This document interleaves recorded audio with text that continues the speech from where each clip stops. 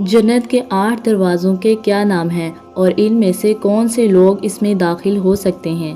बाबस सलात, उन लोगों के लिए जो नमाज पाबंदी से और दिल लगा कर पढ़ते हैं। बाबस सदका, उन लोगों के लिए जो अल्लाह की राह में सदका और खैरात करते हैं। बाबर रियान, उन लोगों के लिए जो रोज़े रखते हैं।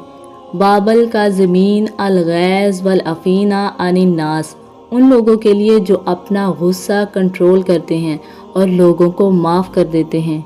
बाबल ज़िक्र, उन लोगों के लिए जो हर वक्त अल्लाह को याद करते हैं। बाबल हज, उन लोगों के लिए जिन्होंने हज किया।